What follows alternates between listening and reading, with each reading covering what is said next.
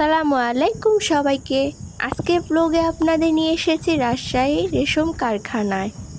রাজশাহীকে রেশমের শহর বলা হয়, আর এই জায়গায় এসে রেশম তৈরির সঙ্গে জড়িয়ে থাকা প্রকৃতিকে কাছ থেকে দেখার সুযোগ হলো। কারখানার ভেতরে ঢুকতেই চারপাশের সবুজ পরিবেশ আর সুন্দর গাছপালা মনটা ভালো করে দিল।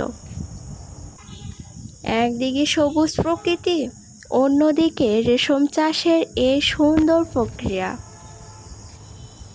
সব মিলিয়ে রাজশাহী রেশম কারখানার অভিজ্ঞতাটা সত্যিই দারুণ।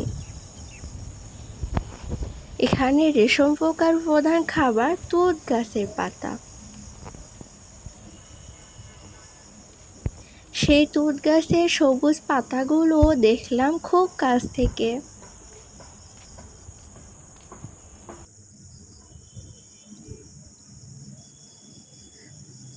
আর এই যে দেখছেন ছোট রেশম পোকা, এই পোকাই তুঁত গাছের পাতা খেয়ে বড় হয় এবং পরবর্তীতে তৈরি করে রেশমের সুতা।